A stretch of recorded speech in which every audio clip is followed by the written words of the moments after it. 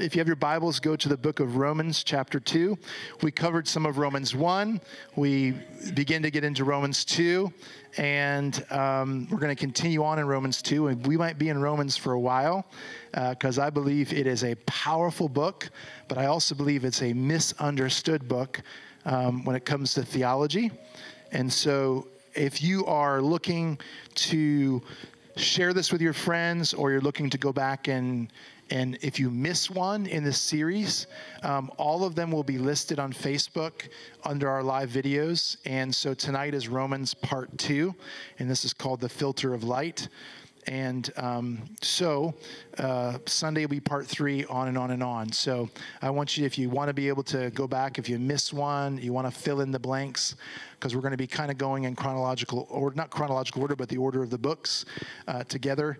And so you can kind of, if you missed a part of one of the chapters, you can go back and look at that. We don't oftentimes do this, but I thought it'd be fun because I've gotten a lot of questions, even from pastors and folks that we have great respect for in the community, of what we believe Romans says and how do we preach it.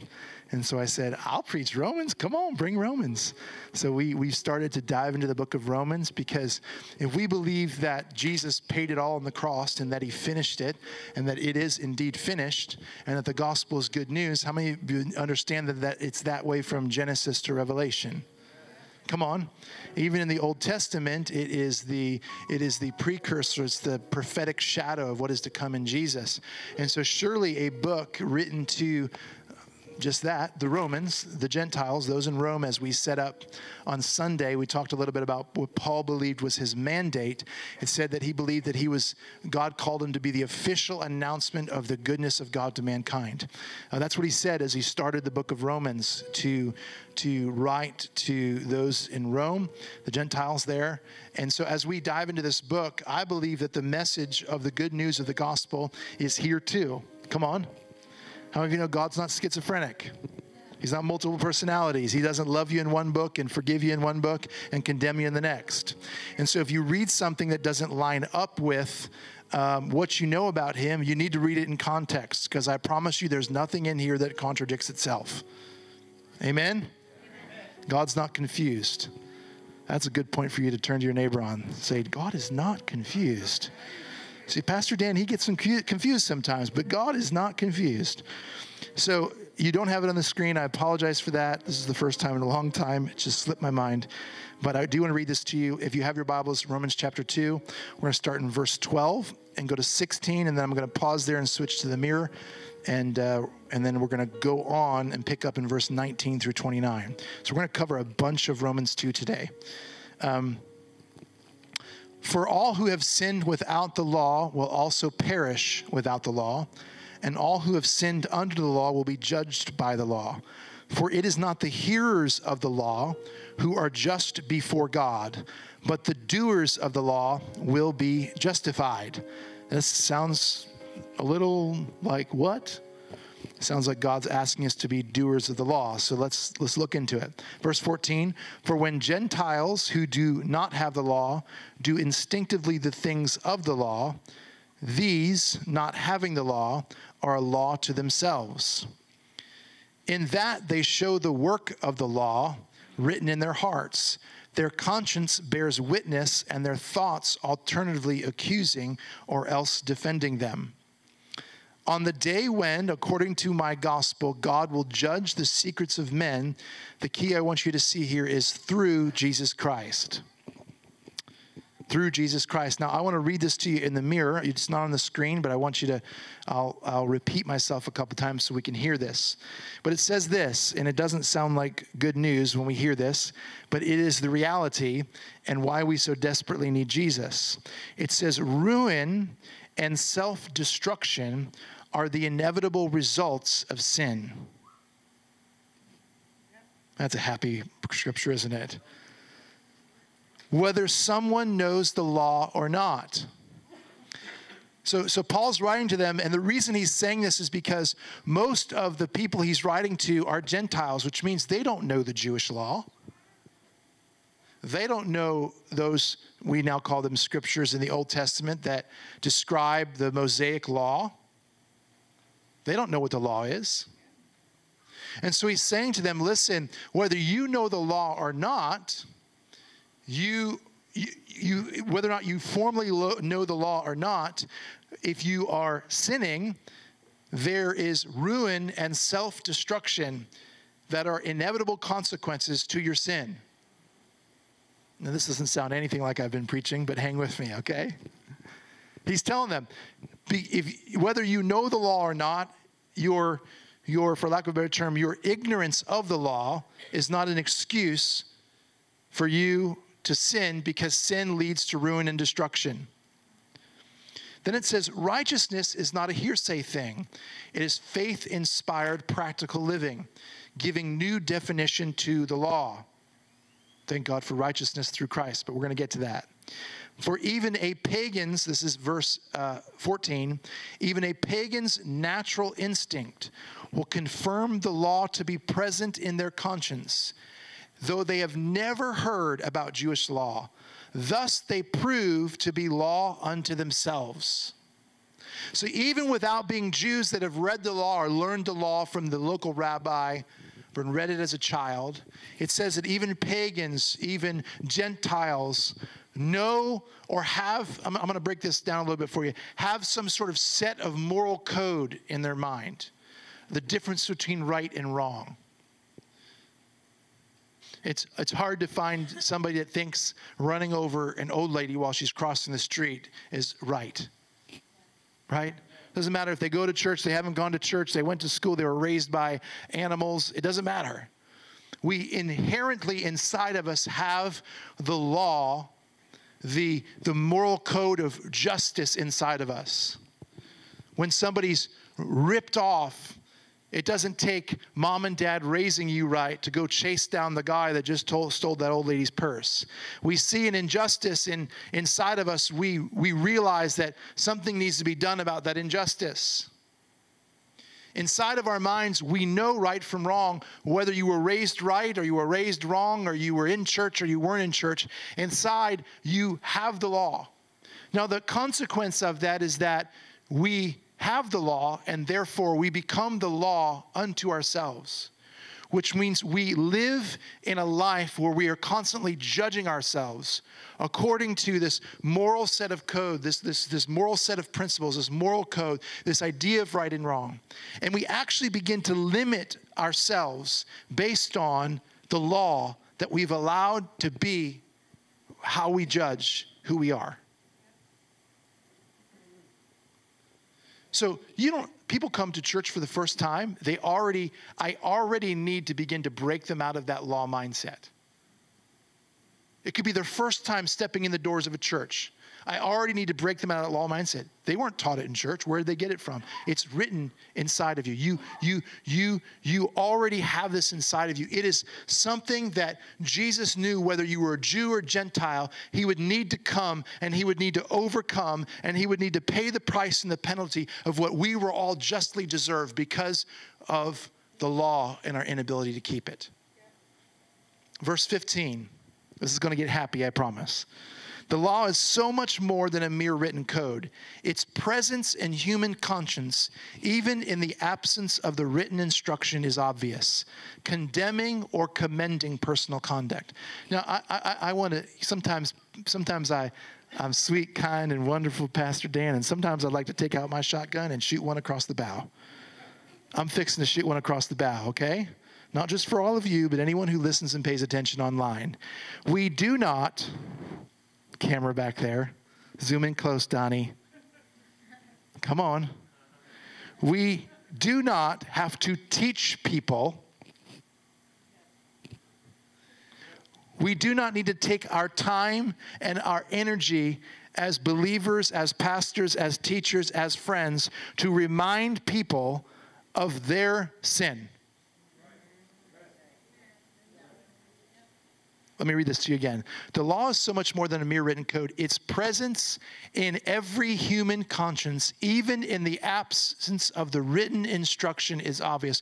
You can also put in there, in the absence of written or oral instruction, is obvious. Condemning or commending personal conduct, which means this: every person whether they're in church, out of church, hate church, pagan, secular, atheist, agnostic, Buddhist, Muslim, it doesn't matter. No matter what they are or where they come from, there is one thing that must be addressed. And we automatically assume, for years and years and years of church history, we've automatically assumed we've read the book of Romans, and we think that what we must address is sin. People ask me all the time, well, you're addressing sin from the pulpit? How's that worked? Come on, can we be real with each other? What we must address is sin consciousness. What we must address is the consciousness of the law that every person struggles with. What we must address is how people respond in their lives to when they fail. Because failure is inevitable. Come on, failure is inevitable. If you are living as the law unto yourself. Verse 16. Come on, this is good right here. You ready for this? Every hidden, conflicting thought will be disclosed in the daylight of God's scrutiny. I'm going to stop there for a moment because it's not on the screen, so y'all can't blow my cover.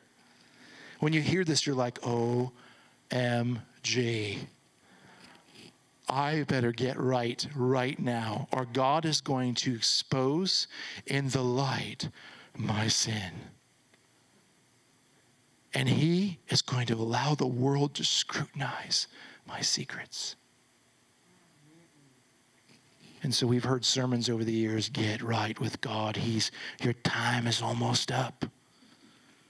He's let you slide for a while. But baby, your time is almost up. You better get that thing out in the open before God does. Because he's getting ready to shine light on your dark heart, boy. I'm not making fun, but this is true. My dad, when I was a kid, if you've been around here, you heard this story. My dad used to tell me as a kid, I'd come home from work, and this is what at school, felt like work. And I was at school. He'd come in, he'd say, come here, boy. I said, what? He said, your teacher called. I'm like, what? Your teacher called, you might as well fess up right now. Now, I don't know how good of a child you were, and maybe you were thinking to yourself, there's nothing the teacher could call about. In my mind, I was thinking, which thing did she call about? I'm like, I'm just going to fess up to the least offensive thing and just hope that's what she called about. Or just say, I have no idea what you're talking about. I don't know what you're talking about. Deny. She called. Well, he got me a couple times. I went back to school once, and finally I said to the teacher, how come you keep calling my dad every time I do something wrong? She said, I don't even have your dad's number.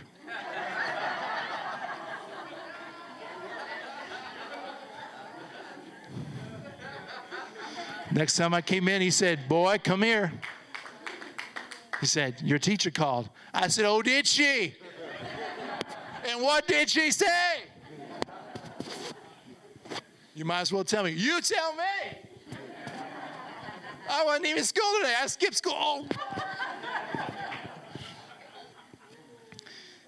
But that's not where he stops. He says, every hidden, conflicting thought will be disclosed in the daylight of God's scrutiny. Listen to this. Based on the good news of Jesus Christ that I proclaim. Do you hear me tonight? This is the picture that God gave me here. So the Greek word for that based on there, when you go back and see that word, it actually means like a filter. Come on, like a filter. So we think that God is getting ready to expose everything you're up to, everything you're doing. And he says, no. I want to bring it to light. But what folks see on the other side will not be the darkness and the dirt and the grime and all the stuff that they can hold over your head for centuries. No. What they're going to see on the other side is like running through a pool filter where it comes in one way, but it leaves the other way sparkling, clean, and beautiful. Now here's a chapter and verse that's been used to scare the you-know-what out of people, to fess up or God's going to get them. The problem with that is this. Sure, has it convinced some folks to admit some things and maybe deal with it? Maybe. But the problem is it begins to alter their understanding of who God is. And anytime your understanding of who God is altered away from who he really is, it's not a good thing.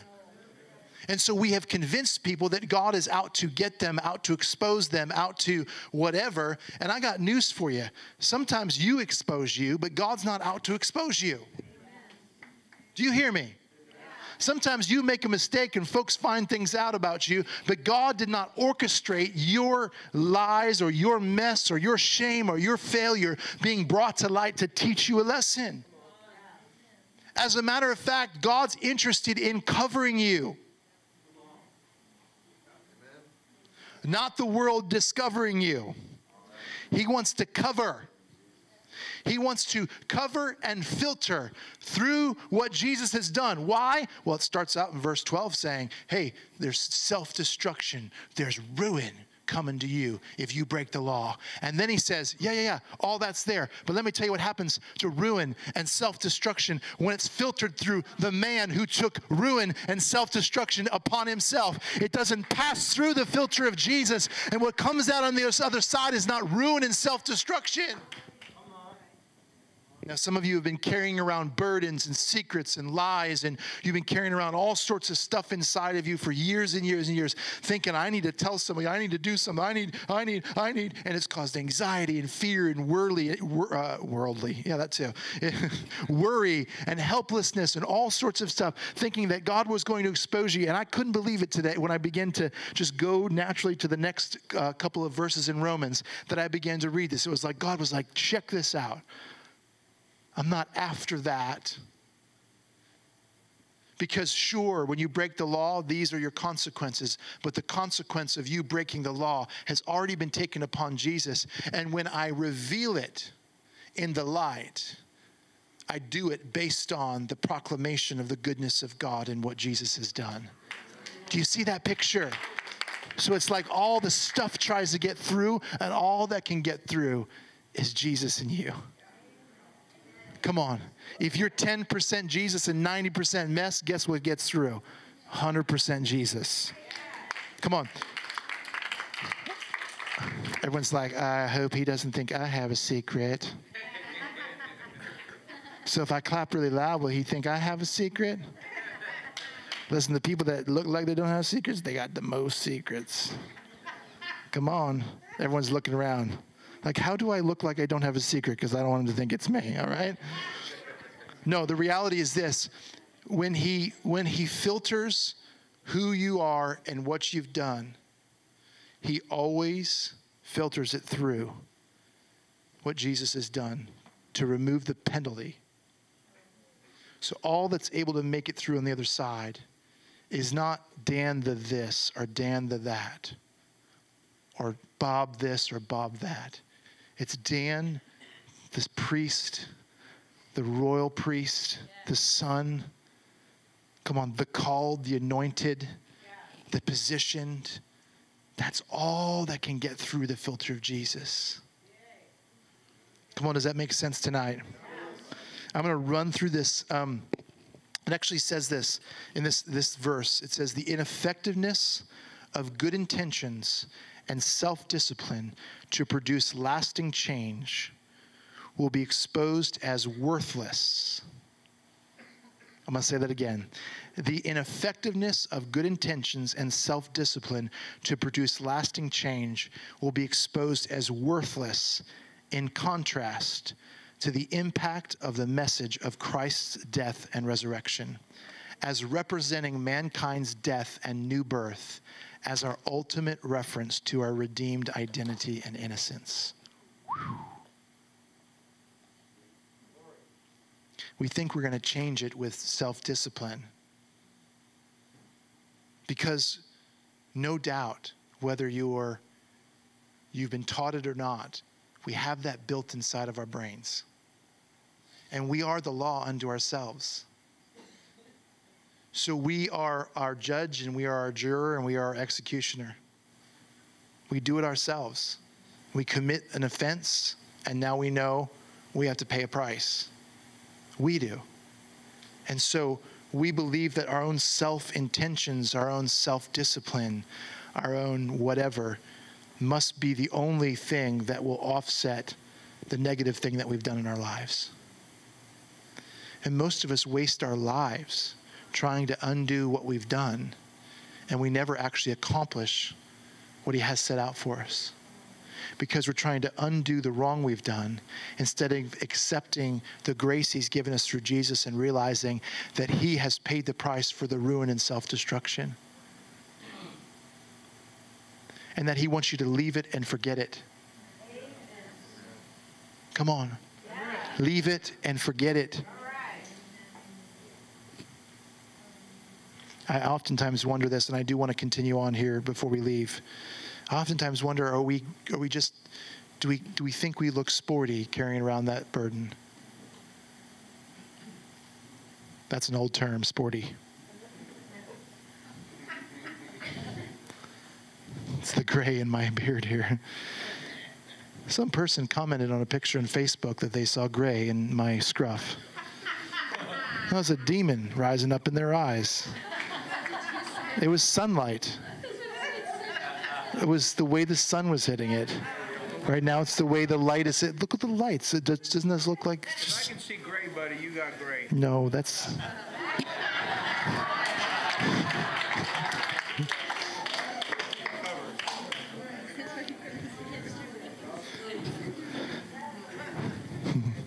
Well, folks, I'm going to nervously preach to you like this. I just need to shave it off. But everybody's telling me the scruff is in.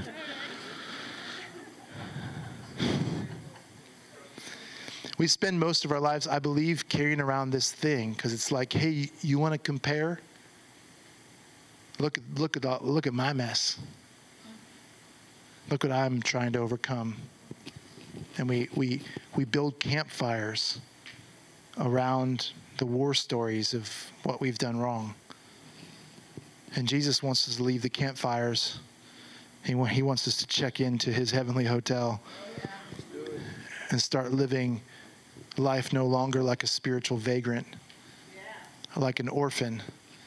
He wants us to start living a life as a son and a daughter called, allowing him to, the only thing he extracts out through the filter of Jesus is who you're called to be. Why? Because he's afraid what other people will think? No. Why does Jesus do it? Because he's hoping you're going to look in the mirror and realize that all that junk was left behind. And maybe you'll be convinced of who you're really called to be and created to be. You know, I'm just going to stay here. Maybe I'll finish up Romans on this Romans 2 on Sunday, because I want to stay here for a moment. This is I feel a heavenly moment in the room for some of you right now. I really do. I feel a heavenly moment in the room for some of you right now to let go and release the burdens you've been carrying and what you've been trying to overcome on your own. I really believe that right now there's something happening inside of you to let go of what you've been carrying and trying to overcome yourself and realize that Jesus paid it all.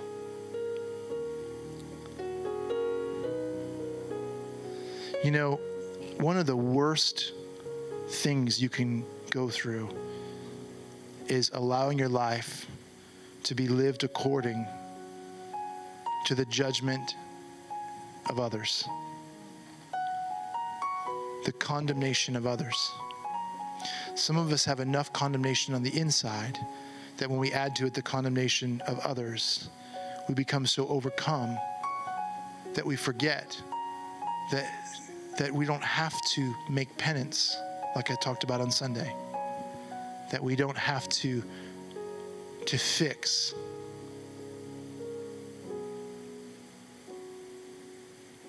We live our lives trying to fix our own mistakes and trying to fix the mistakes of others. Some of us are addicted to fixing other people's problems. Come on, do you hear me? Come on, I feel the prophetic moment here tonight. I don't usually go here, but I'm going to go there tonight. Some of us are addicted to fixing other people's problems. And let me tell you why. You're addicted to fixing other people's problems because you think that you're responsible for fixing yours. and you've been unsuccessful in fixing yours. And so you feel like if you can fix somebody else's, that maybe God will just miraculously come and fix your problems.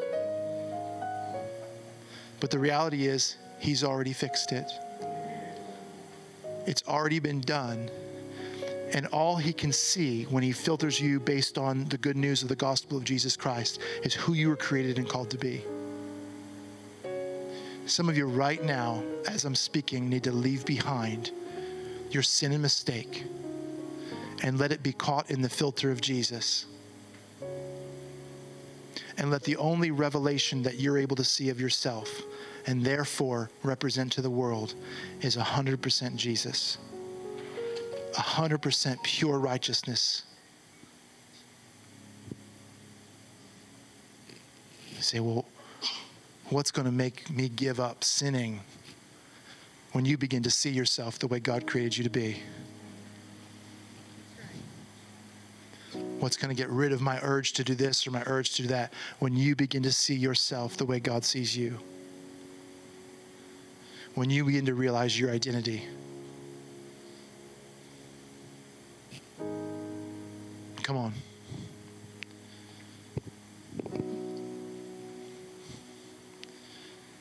You see, we were never created. We were never created to live a life of sin and mistake. We were never created to do that. We were always created to be in communion with God. Do you hear me tonight? Yeah. It's like if you trained a dog to quack like a duck. How many of you know it's natural for it to go back and bark like a dog? Come on, do you hear me? Does that make sense to you for a moment? We were created to live in our original design in him. All we are waiting for is to be fully, absolutely convinced of who we have been created to be. So let that junk be caught in the filter that is Jesus, and let all you see on the other side of this Romans 12 through 16 be purely 100% your original design in Jesus. Become convinced of that, and you will walk out of the urge of sin and mistake and wrongdoing. You will walk out of your desire to break the law. You will walk out of the condemnation, the shame, the pain, the regret. And you will no longer be law unto yourself. You will allow Jesus to be grace unto you. And when Paul started the book of Romans and said, grace be unto you, come on, you'll begin to realize what that looks like. You cannot be law unto yourself and Jesus be grace unto you. It's one or the other. Tonight, choose grace. Grace says no to revealing who you really think you are. And grace says yes to revealing who you really are.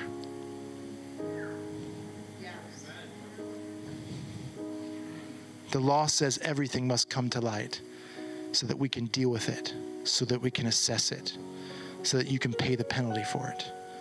Grace says, I reveal through the light based on filtered through Jesus. And when I filter it through Jesus, this destruction, the ruin, the penalty has been paid for. And people call me randomly on the phone. Is that what happened there? No, it wasn't me. I forgive you, whoever that was, for ruining this beautiful moment. Does that make sense tonight?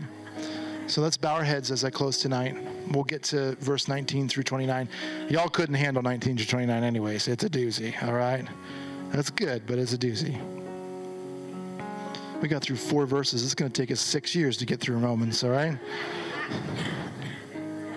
It's all good. Somebody told me today that, thank you. Somebody told me today that they were in a church in Canada for years where they spoke on the book of Romans. And for 2 years, the guy stayed on nothing but Romans. I won't do that to you, I promise. 2 years, 1 book. I was like, wowzers. That's good. There's so much in it. Let's bow our heads, Father, right now. I just ask in this room that the Spirit of God fall in this room and that we begin to release the shame, release the guilt, release the past, Release the mistakes. Release all of what has held us back. And allow our lives to be brought to the light and filtered through Jesus. So that the pure original design of who you've created us to be is all we see on the other side. I thank you that when we filter what should be ruin, self-destruction, pain, and shame through the one that took ruin and self-destruction and pain and shame upon himself, that what we get out on the other side is absent from those things that we thought identified who we are. So God, tonight, every heart that is here, let us release what we've been carrying, what we've been allowing to name us and identify us, what we have been maybe camped around that's preventing us from really entering into the promise and destiny of who we are. Lord, I know tonight this doesn't mean that we'll never make another mistake. It doesn't mean that we'll never follow the road of pleasure again. It doesn't mean that we'll get it always right. But God, tonight I just feel like there's something happening in this room where people are getting ready to walk smack dab into their identity and destiny. And they won't even recognize who they thought they were. That their own opinion and the opinion of those around them will melt away and be filtered out when they're filtered through Jesus and what he's done. Thank you tonight for this, God. We're not scared of Romans. We say, bring it on, because we know that you're the same yesterday, today, and forever. And we know the message of your goodness and your grace is from Genesis to Revelation. And so, God, as we discover this, let our hearts be tuned and turned towards you, that we could really, truly live the best life possible here on the earth, that we would be declaring your goodness, that we would represent Jesus to the world. We'd reintroduce his goodness and his life and his love and his passion for humanity through our lives. But, God, as we experience it first, let our lives live as a declaration of what we've experienced. In Jesus' name. Everyone says? You guys rock. See you Sunday. We'll continue Romans 2, all right?